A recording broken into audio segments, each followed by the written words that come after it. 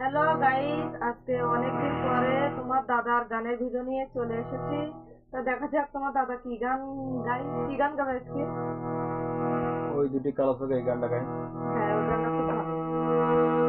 মায়াবী লতার মতো দুটি হাত বাড়িয়ে প্রেমের আকুতি ভরা, সে যে হাসি জড়িয়ে ডাকে সেই ইশারায়, কি যে মায়ায় ডাকে সেই ইশারায়,